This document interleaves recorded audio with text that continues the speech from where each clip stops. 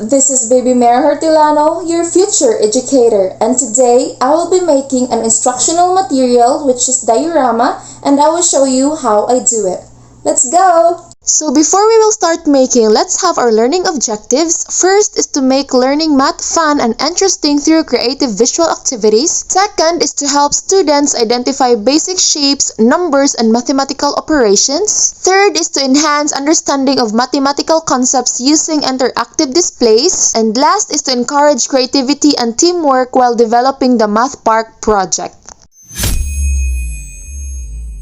So, ang una na kong gibuhat mga badi is nagabas ko aning plywood mga badi. Oy, kay mas nindot man ni siya gamiton, kay gahi man siya mga badi. Kay kung mogamit ta atong cardboard mga badi, uhumok ra ba ta to siya madugayan mga badi niya. Kay basin unya og igaswat na ta sa tong project mga badi, malus no, nahinuon kay way kusog. Goy. So, paghuman ako gabas sa plywood mga badi, assess, ako din na siyang gikaveran og cartolina mga badi. Kay murag di man pud siya nindotan awon og puros ra pud plywood ang atong makita. Paghuman ako cover mga badi, nagunting din kog carton nga akong gi-form og shapes mga badi para ibutan ako dito sa Math Park. Then ako lang po na siyang gikaveran og construction paper mga lahig-lahig colors mga badi, kay para dili pud taon siya lain tan-aon nga puros gid pud carton mga badi. Oy, para pud taon lively ang atong park mga badi.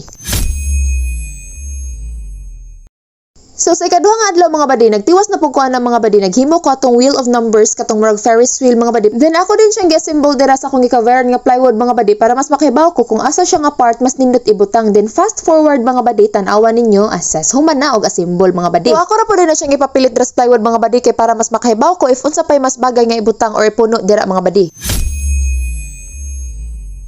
So sa day 3 mga badi is nagunting ko og construction paper, then gibutangan ako og mga pangan sa every part sa ato ang Math Park, and then naghimo ko og bangko nga ibutang dito sa pie graph which symbolizes the table.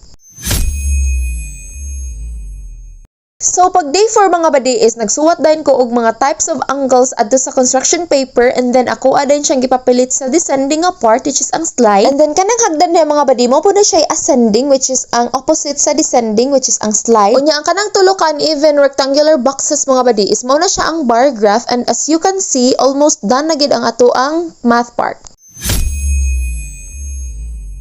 So sa last day mga badi is nagbutang na ko og mga artificial nga grasses mo nang nakita ninyo, kay lisod pud og tinuod nga grass ang atong ibutang mga badi, malaos man kaha ni mga badi ang atong project mga badi. Oy, samot puting inita sa Pilipinas mga badi. Oy nya dili lang kay artificial grasses ang akong ibutang mga badi, nagbutang sad ko og bato kay wala man siguro park nga walay bato mga badi. So after 5 days mo na ni ang result.